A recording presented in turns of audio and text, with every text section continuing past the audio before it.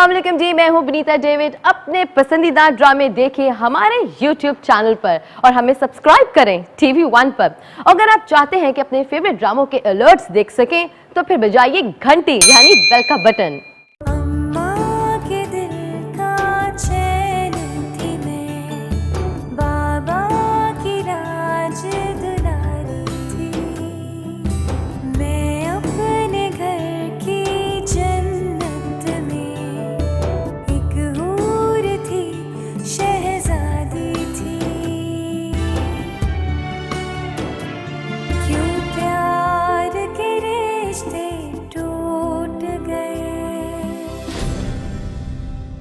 मेरे बाबा मुझसे रूठ गए, मेरे बाबा मुझसे रूठ गए।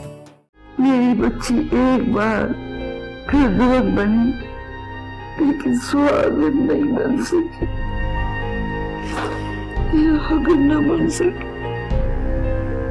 मैं मुनज़्ज़ा से मिलना चाहता हूँ, प्लीज एक बार। जब अपने साथ छोड़ देते हैं ना तो इंसान अपने आप को ही अपना हमराज बना देता है। वो खुद को बड़ी मुश्किल से समेटने की कोशिश कर रही है। तुम उसके जख्म नहीं कोरी दो जिनका तुम मरहम नहीं बन सकती। बाबा हम सबसे बहुत मोहब्बत करते हैं, इसीलिए वो अपनी परेशानी किसी को भी जाहिर होने नहीं देते।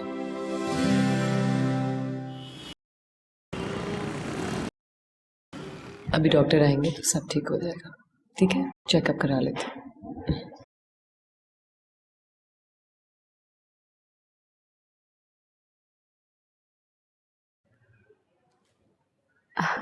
अगर मेरी आंखें धोखा नहीं खा रही तो आप बीजान है ना?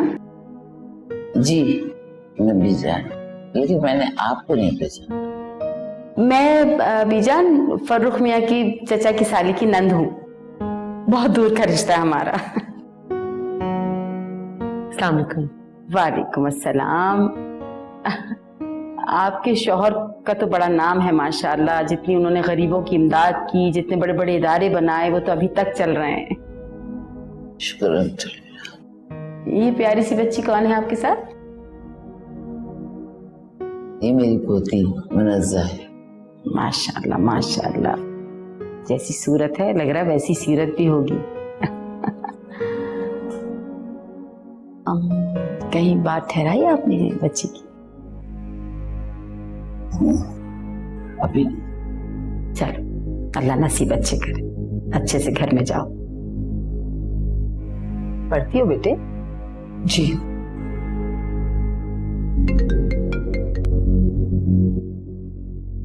हेलो।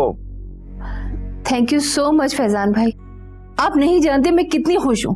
हेलो आंसा, होल्ड करो, आवाज नहीं आ रही। हाँ एक सेकंड। हाँ आप बोलो। फैजान भाई, शहरोज को मलेशिया भेजने का फैसला करके आपने बहुत अच्छा किया। मेरी मानिए तो उसको 1 महीने तक यहाँ आने ही नहीं दीजिएगा। माहौल और जगह चेंज होगी तो मुनज़्ज़ा को भूलने में उसे आसानी हो जाएगी। देखो मैंने शेरोज को इसलिए आउटडोर भेजा है कि वो इस काबिल है और बिजनेस के दाव पे समझता है। तुमने गलत सोचा है कि मैंने उसे मुनज़्ज़ा से दूर करने के लिए सब कुछ किया है, हालांकि ये उसकी अपनी जिंदगी है। देखो मैं इसमें दखल देकर तुम्हारी साइड लेकर उसका दिल बुरा नहीं करना चाहता। बात जो भी हो फैजान भाई, लेकिन अब शहरोज की तरफ से मैं बिल्कुल बेफिक्र हो गई हूँ। चले आप अपना काम करें, बाद में बात करूंगी।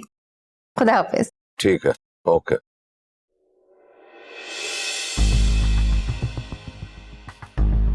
अच्छा हुआ शहरोज चला गया। अब मैं देखती हूँ मुनज़्ज़ा कैसे मेरे घर की बहू बनती है।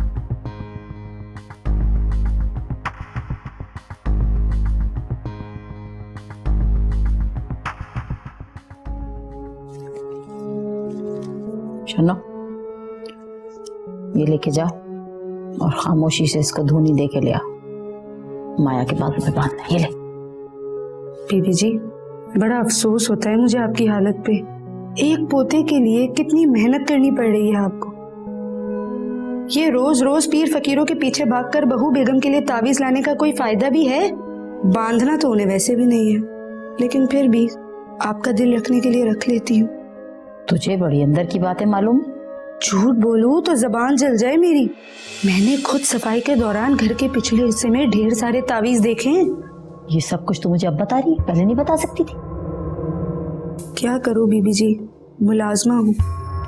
छोटे मुंह से बड़ी बात कहने की औकात कहाँ मेरी। लेकिन आप कहती हैं तो फिर भी कह देती हूँ, बंजर जमीन में बीज बोने का कोई फायदा नहीं है। अब तो आप छोटे साहब की दूसरी शादी करवा ही दीजिए। एक यही तरीका है पोते की खुशी देखने का। अरे क्या करूं, यही तो एक मुसीबत है। जवाद माया से इतनी मोहब्बत करता है कि उसको इतनी बड़ी खामी उसकी नजर ही नहीं आती। कितने चाव से मैं माया को अपने घर ब्याह के लेकर आई थी। मुझे क्या पता था कि मेरा बेटा अपनी जिंदगी की इतनी बड़ी खुशी से महरूम रहेगा।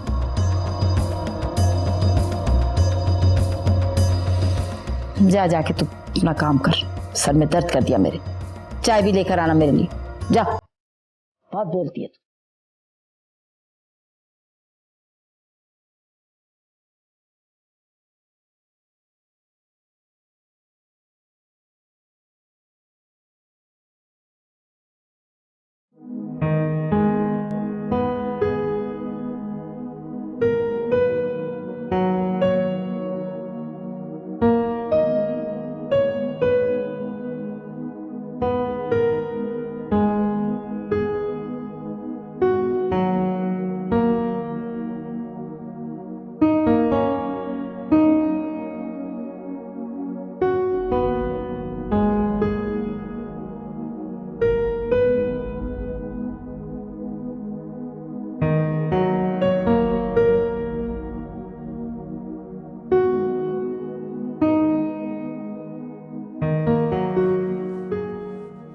अस्सलाम वालेकुम अम्मी।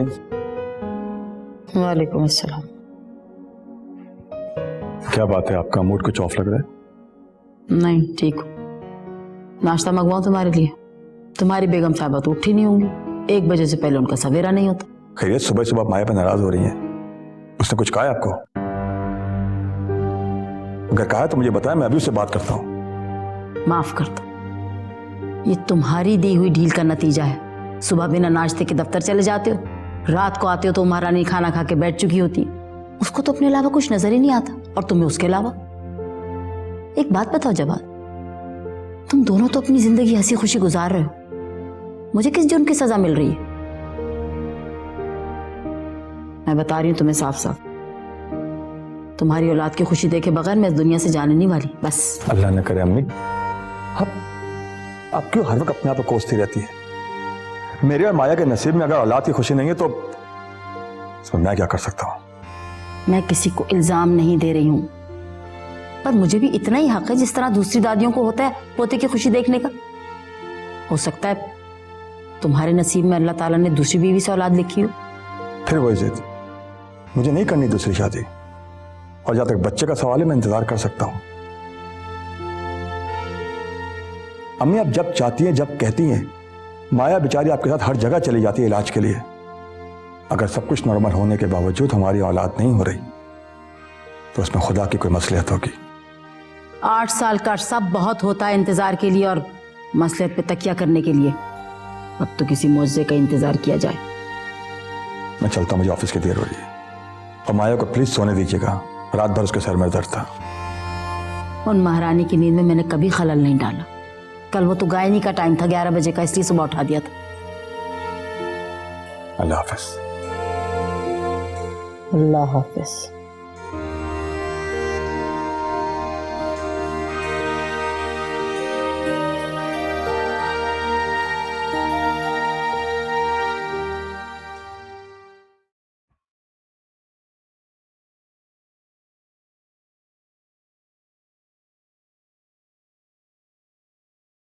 शनो, शनो, शनो।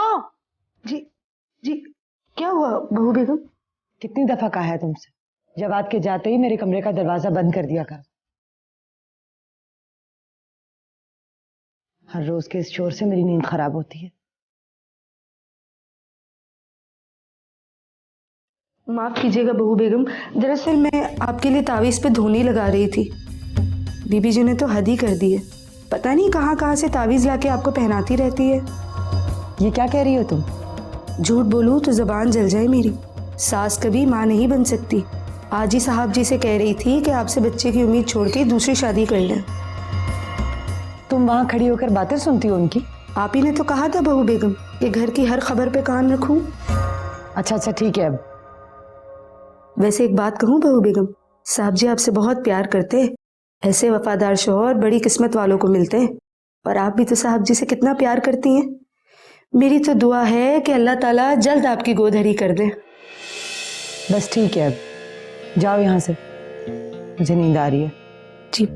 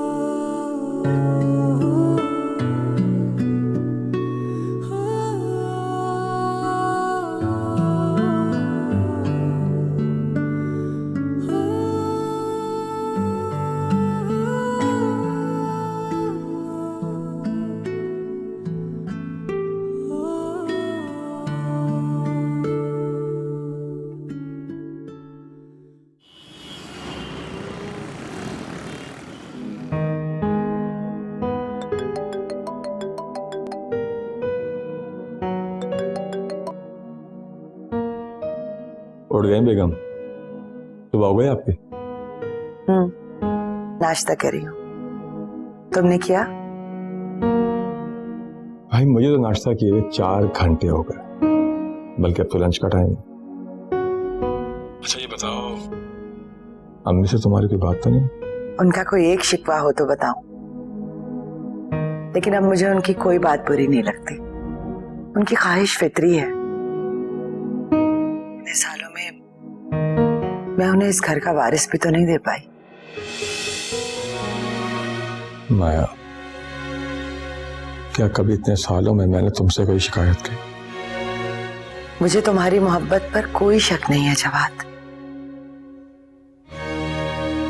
लेकिन बच्चा मियाँ बीवी के रिश्ते को मजबूत करने की एक कड़ी होती है। अब तो एक अजीब सा डर रहता है, न जाने कब कौन सा लम्हा मुझे तुमसे दूर ले जाए। कम ऑन यार, क्या हो गया तुम्हें? ये कैसी बातें कर रही हो? छोड़ो सब बातें और एक अच्छी सी स्माइल करो। मैं अपनी बीवी को परेशान नहीं देख सकता। चलो शाबाश, जल्दी से। रहने दो जवाब, ऐसा भी क्या मुस्कुराना आप। ये हुई ना बात। आई लव यू माया, और अपना बहुत ख्याल रखना, ठीक है? बस अब मैं काम कर रहा हूँ, फिर बाद में बात करूँगा। हाँ हाँ, कॉल करूँगा। Take care, bye bye.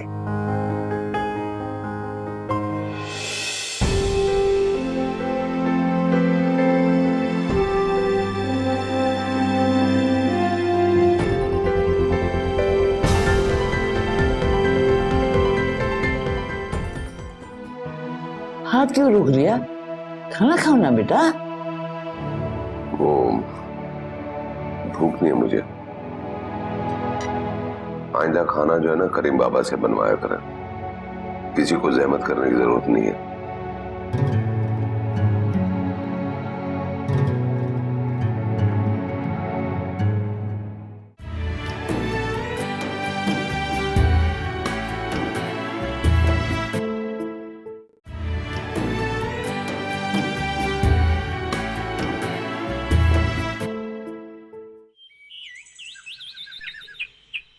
तुम करीम के साथ मार्केट गई हुई थी और मैं तुम्हें सारे घर में ढूंढ रही थी। दादी आप सो रही थी ना, इसलिए मैंने आपको डिस्टर्ब करना मुनासिब नहीं समझा। ऐसा क्या काम आ गया था जो तुम्हें मार्केट जाना पड़ा? आपको याद है बाबा को मामा के हाथ का खाना कितना पसंद होता था? अब मैं वैसा खाना तो बना नहीं सकती, लेकिन कोशिश तो कर सकती हूँ। इसीलिए मार्केट से कुछ चीजें लेने गई थी। मजा? प्लीज दादी मना मत कीजिएगा। वैसे भी मैं पूरा दिन कुछ नहीं करती, थोड़ा सा खाना ही बना लूंगी बाबा की पसंद का। उनको फोन करके कह दीजिएगा कि बाहर से खाना ना खाएं, और प्लीज ये मत बताइएगा कि खाना मैंने बनाया। थैंक यू दादी। जीती रहो, जा। आए। पता नहीं मेरी बेटी की नसीब में क्या लिखा है।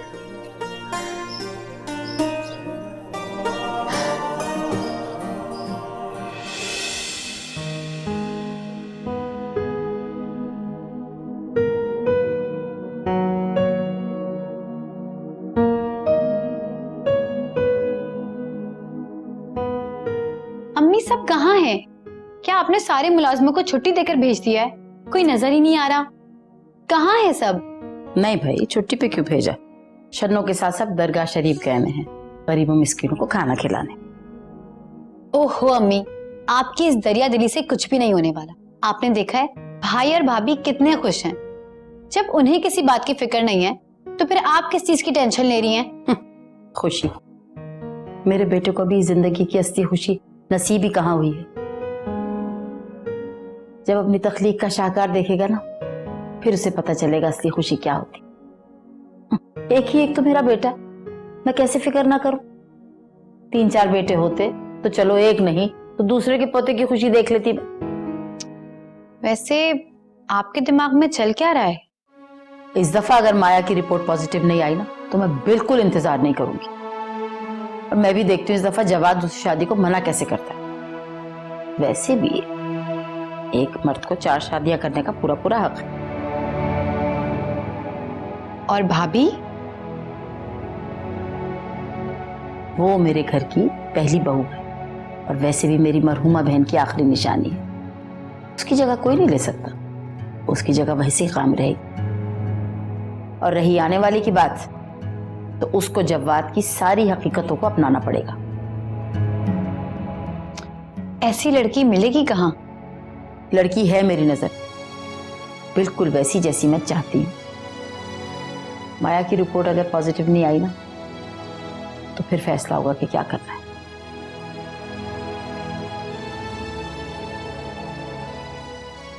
क्यों परेशान हो रही हो इतना?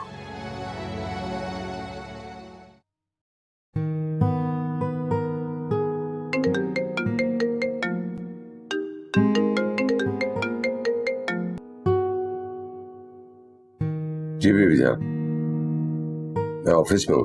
बेटा मैं कह रही थी कि तुम आज ऑफिस से सीधे घर आ जाओ, हम सब साथ खाना खाएंगे। इतने दिन हो गए हैं तुमसे बात किए हुए।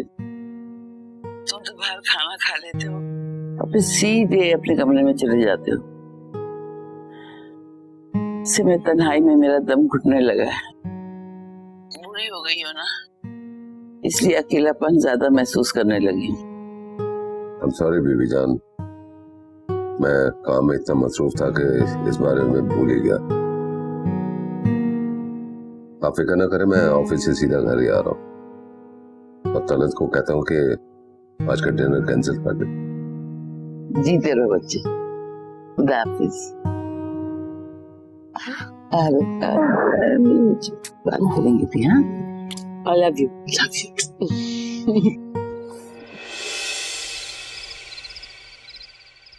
करीम बाबा, करीम बाबा क्या बात है, आज को खास दिन है, इतना सा खाना लगा दिया आपने टेबल। जी साहब वो तुम बातें बाद में कर लेना, पहले खाना खा। खुशबू तो बहुत अच्छी आ रही है भाई।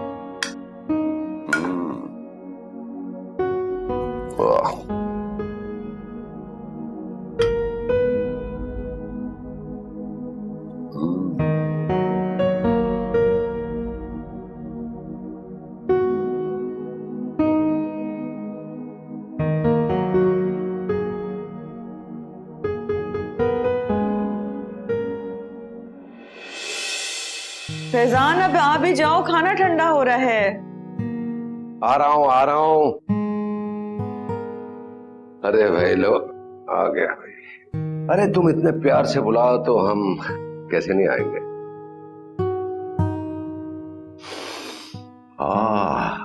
ये खाना किसने बनाया? तुमने तो मुझे काम करने के लिए मना किया था, तो ये सारा खाना तो करीम बाबा ने बनाया है। खुशबू से तो लग रहा है कि तुमने बनाया। बताओ किसने बनाया? ओहो, बताया तो है, कितनी बार पूछेंगे आप? देखो, तुम हर बात पे जिद मत चलाया करो। तुम्हें आराम की जरूरत है। मैं तुम्हारे लिए कोई रिस्क नहीं ले सकता। मेरी गैर मौजूदगी में तुम किचन में गई, खाना बनाया और तुम कहती हो कि मैं आराम करती हूँ। फैजान, मैं कुछ सुनना नहीं चाहता। अच्छा ना, नाराज क्यों होते हो? एक तो मुझे ये समझ में नहीं आता कि तुम्हें ये सब पता कैसे चल जाता है। देखो, तुम्हारे हाथ का टेस्ट मैं 100 कुकिंग एक्सपर्ट में से निकाल सकता हूँ।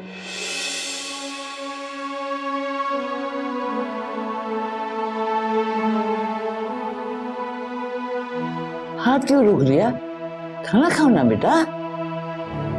वो भूख नहीं है मुझे।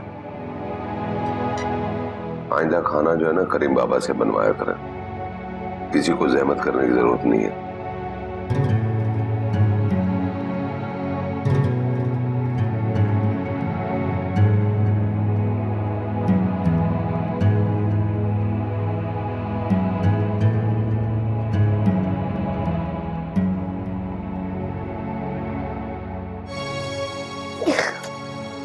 नहीं बेटा, सब ठीक हो जाएगा।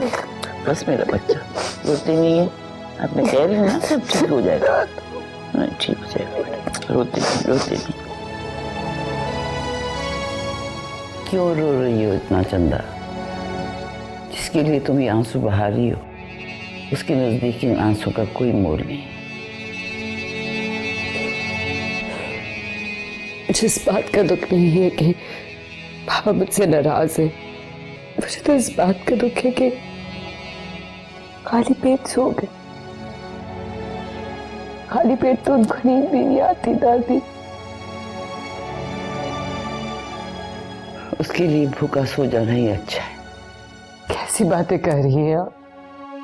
उनको भूखा सुला के आपको भी नींद नहीं आएगी? पापा के लिए आपका खुश रवैया मुझसे ज्यादा आपको तकलीफ पहुंचाएगा। तकलीफ तो उस वक्त भी होती है मुनज़्ज़ा मुझे, जब वो गुस्से में ये भूल जाता है कि उसके रवैये से तुम्हारे दिल पर क्या बीतती है। वो मेरे बाबा हैं दादी। वो मुझे अपने हाथों से मार भी डाले ना, मैं उफ तक ना करूं। उन्होंने मुझे इतना प्यार दिया कि जिंदगी भर भी मैं उनका ये कर्ज नहीं चुका सकती दादी। और मैं कुछ ऐसा करूंगी भी जिसकी वजह से उनको गुस्सा है या कोई तकलीफ पहुंचे। तुमने कुछ नहीं किया मेरी बच्ची। तुमने फैजान के लिए खाना बनाकर अपनी मोहब्बत का इजहार किया है। अगर उसको ये बात समझ में नहीं आ रही, वो दुनिया का सबसे बड़ा नासमझ है। मुझे तो तुम्हारी फिक्र खाई जा रही है। खुदा से दुआ करती हूँ कि मेरे मरने से पहले तुम्हें किसी मजबूत हाथ में सौंप दूं।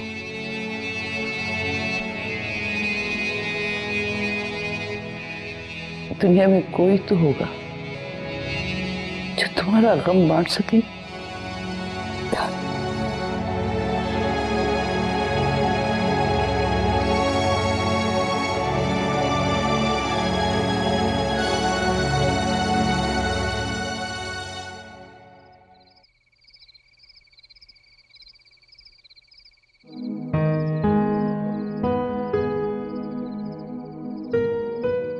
चाय।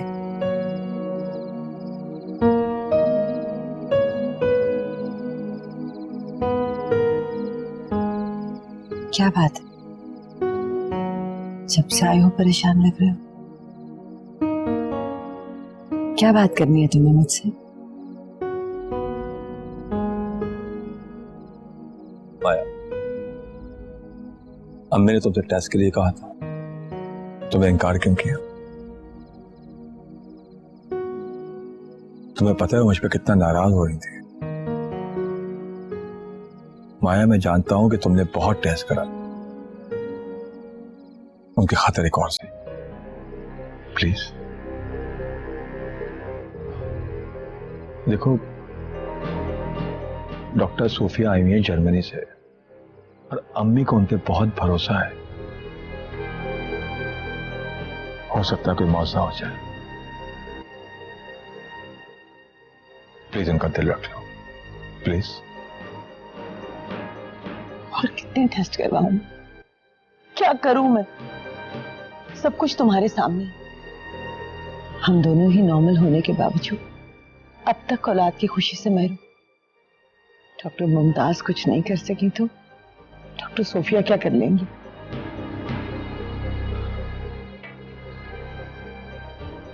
देखो, तुम ये बातें अम्मी के सामने मत करना, वरना वो समझेंगी तुम ये सब कुछ टाल मटोल कर रही हो। समझने की कोशिश करो। देखो माया, जो काम हंसते खेलते हो सकता है उसमें क्यों जोर जबरदस्ती करें?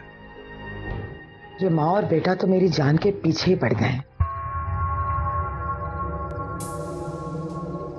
कहीं ऐसा ना हो कि सच छुपाते छुपाते वो राज इनके हाथों लग जाए, जिसकी भिनक मैंने इतने सालों तक किसी को पढ़ने नहीं दी। डॉक्टर मुमताज की खामोशी तो मैंने खरीद ली, लेकिन डॉक्टर सोफिया का क्या करूंगी मैं? अगर उसने बता दिया कि तेरी किस्मत में नहीं, कभी मेरे ही अंदर है, तो क्या करूंगी मैं? और ये बात मैंने सबसे छुपाई तो शायद सजा के तौर पे ना सिर्फ मुझे इस घर से निकलना पड़े, बल्कि शायद जवाद के दिल से भी उतर जाऊं। कुछ तो ऐसा करना ही पड़ेगा कि बाजी मेरे ही हाथ में रहे। ठीक है माया, जैसा तुम बेहतर समझो वैसा ही करो। ठीक है जवाद, जैसा आप कहोगे मैं वैसा ही करूंगी। Thank you very much. मुझे आप सबसे कुछ बात करनी है। मुझे जवाद की दूसरी शादी पर कोई एतराज नहीं है।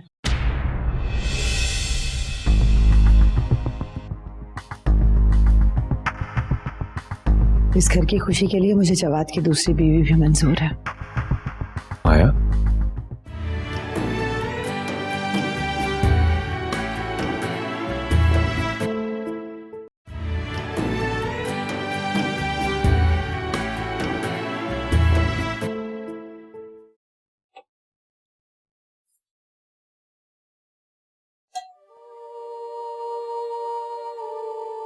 अरे मुरज़्ज़ा बेटा, इस वक्त तुम किचन में?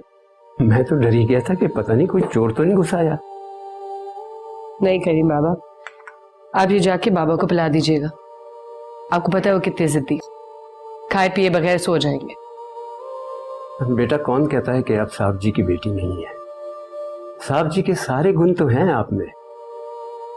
जब से छोटी बेगम साहिबा गई हैं, लगता है कि आपके होठों की मुस्कुराहट और इस घर का सुकून सभी उनके साथ चला गया। बेटा, ये खादिम तो हर नमाज में आपके लिए और इस घर के लिए हमेशा दुआगो रहता है। अल्लाह तुम्हें सदा खुश रखे बेटा।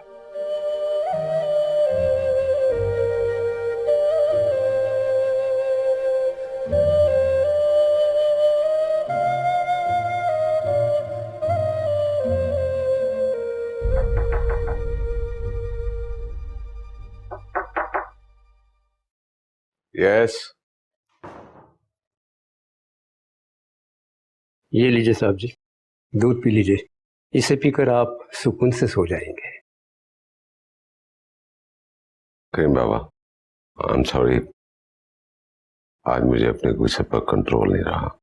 साहब, हमसे माफी मांगकर हमें शर्मिंदा मत कीजिए। हमने तो कुछ भी नहीं किया। सब कुछ बिटिया ने अपने हाथों से बड़ी मेहनत से तैयार किया था।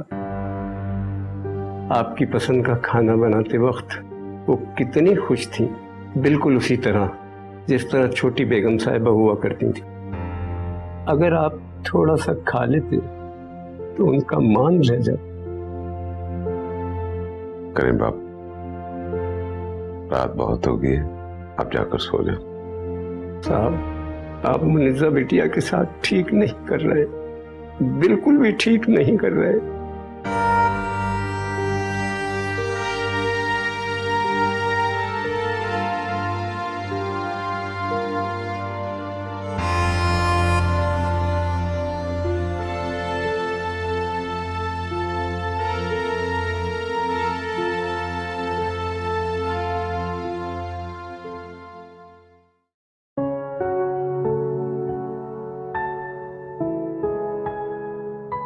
तुमने बहू से बात की?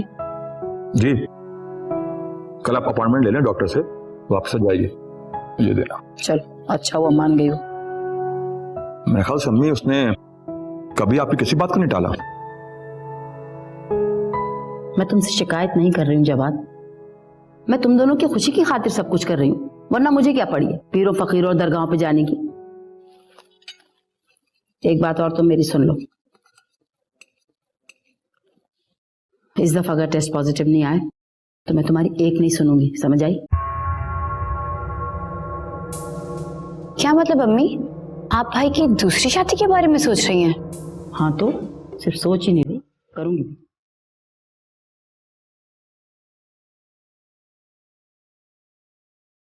अम्मी प्लीज, जो बात हो नहीं सकती उसे डिस्कस मत कीजिए।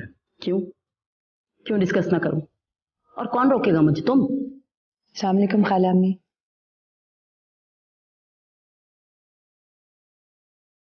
वालेकुम अस्सलाम, खैरियत? इतनी सवेरे सवेरे?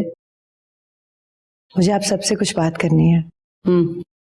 मुझे जवाद की दूसरी शादी पर कोई एतराज नहीं है।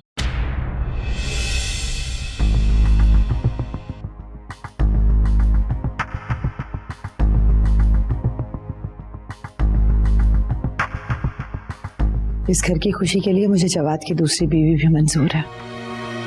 माया, मैं जानती हूँ जवाद, मेरे इस फैसले ने तुम्हें हैरान कर दिया है, मगर मैं भी थक चुकी हूँ खाला अम्मी की तरह। हर बार टेस्ट, हर बार नाउम्मीदी।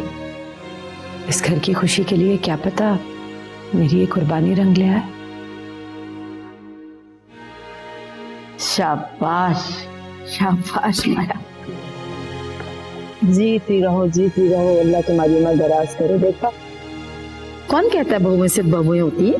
बहुएं अगर घर के लिए तुम्हारी तरह से सोचे तो बेटियों से भी आगे निकल जाती है। मैं तुम्हारे इस फैसले पे बहुत खुश हूँ, बहुत ज्यादा खुश हूँ। देखा जवाब, किस तरह से इसने घर का मान रखा। अब तो तुम्हें कोई एतराज नहीं होना चाहिए, अब तो वो गिरा दो।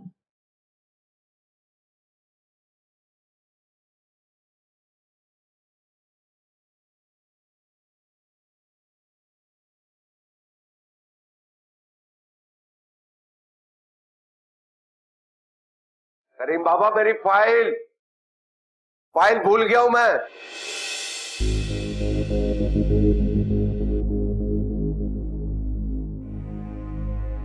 आइंदा मेरी चीज को कभी हाथ मत लगाना। मैं सिर्फ आपकी मदद करने की कोशिश कर रही थी। नहीं चाहिए मुझे तुम्हारी मदद।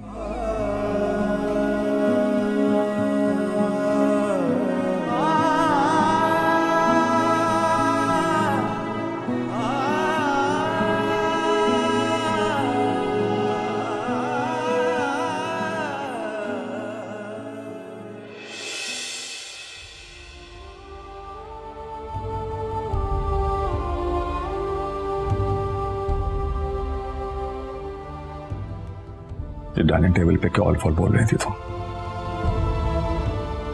रात ही रात इतना बड़ा फैसला किससे पूछ के किया तुमने? दूसरे लोग तुम्हारे इस फैसले से खुश हो सकते हैं पर मैं नहीं।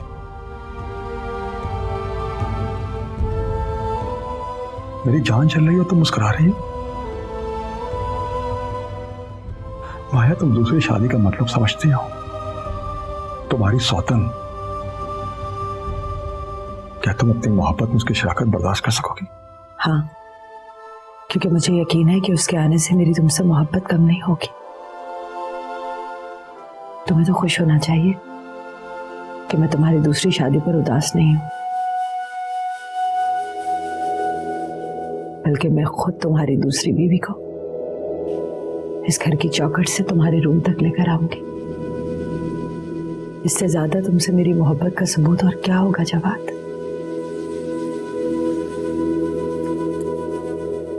पागल हो गई हो तो।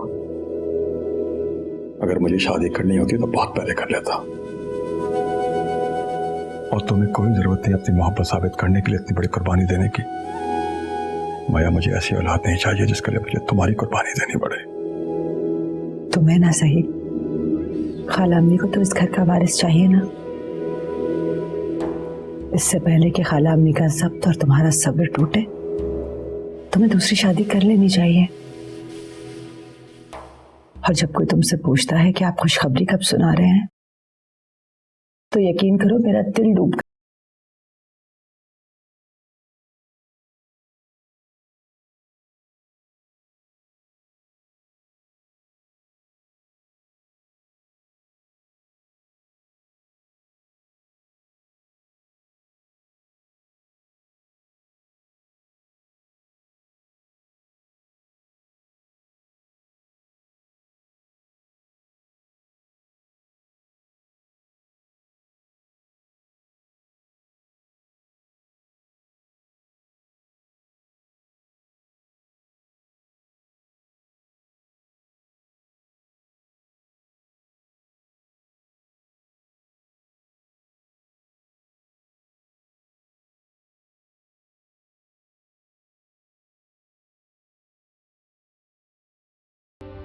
रिजा बेटा, दादी मुझे तुमसे कोई जरूरी बात करनी है। ये है मेरी प्रॉपर्टी के कागजात। मैंने वकील से बात करके अपनी सारी प्रॉपर्टी तुम्हारे नाम कर दी। दादी, बेटा मेरी जिंदगी का क्या भरोसा, आज हूं कल नहीं हूं। सबका रवैया मैंने अपनी आंखों से देखा है तुम्हारे लिए। शायद मेरे मरने के बाद ये दुनिया और बेरहम हो जाए, इसलिए अपनी जीते जी तुम्हारा मुस्तकबिल महफूज कर रही हूँ बेटा, ताकि कोई तुम्हें इस घर से ना निकाल सके। कौन सा घर दादी? ये घर तो सिर्फ 4 दीवारी है। मेरा असल घर तो मेरे पापा के दिल में, जिसे मैं तो बहुत पहले ही निकाली जा चुकी हूँ। आप ही मेरा एक सहारा है। अगर आप मेरी जिंदगी में ना होती तो पता नहीं तब मैं क्या कर बैठती। और दादी, मुझे सबका नहीं, सिर्फ आपका सहारा चाहिए, सिर्फ आपका। आप ये मरने वाली बातें मत किया करें। अगर आइंदा आपने इस तरह कुछ बोला तो मैं घर छोड़कर चली जाऊंगी। नहीं,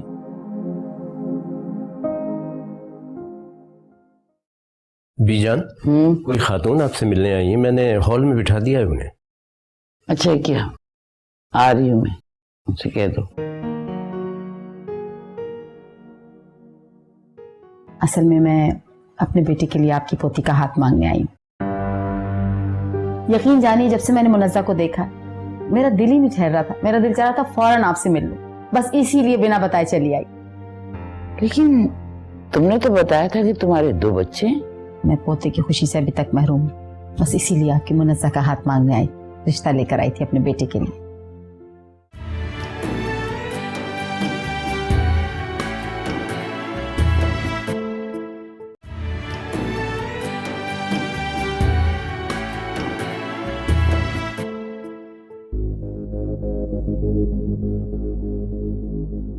अस्सलाम वालेकुम। वालेकुम सलाम। बैठो बैठो बेटा। जी जी। मैं मुनज़्ज़ा के पास थी तो उससे देर से आने की माफी चाहती। कोई ऐसी बात ही नहीं है, मुझे भी तो फोन करके आना चाहिए था, लेकिन बस बात ही कुछ ऐसी थी कि रहा नहीं गया। अरे इसकी क्या जरूरत थी? अभी मैं तो खुद भी यहाँ अपनी एक घर से आई हूँ। मैं समझी नहीं। असल में मैं अपने बेटे के लिए आपकी पोती का हाथ मांगने आई हूँ। यकीन जानिए, जब से मैंने मुनज़्ज़ा को देखा मेरा दिल ही नहीं ठहर रहा था। मेरा दिल चाह रहा था फौरन आपसे मिल लूं, बस इसीलिए बिना बताए चली आई। लेकिन तुमने तो बताया था कि तुम्हारे 2 बच्चे हैं। अब जी जी ऐसी बात है, लेकिन वो मेरे बेटे की शादी को 8 साल हो गए हैं। मैं पोते की खुशी से अभी तक महरूम हूँ, बस इसीलिए आपकी मुनज़्ज़ा का हाथ मांगने आई, रिश्ता लेकर आई थी अपने बेटे के लिए। मुझे अंदाजा है कि बहू के होते हुए आप बेटे की शादी कुछ अजीब सा लग रहा होगा आपको, लेकिन वो क्या है ना कि माया जो है वो मेरी सगी भांजी है। उसका इस दुनिया में मेरे और मेरे घर के अलावा कोई ठिकाना नहीं है। यकीन जानिए मैं मुनज़्ज़ा को पलकों पर बिठा के रखूंगी। मेरा जवाद बहुत ही सीधा साधा लड़का है, वो दोनों में से किसी के साथ तफरीक नहीं करेगा। आप यकीन कीजिए बीजान, आपकी पोती मेरे पास बहुत खुश रहेगी।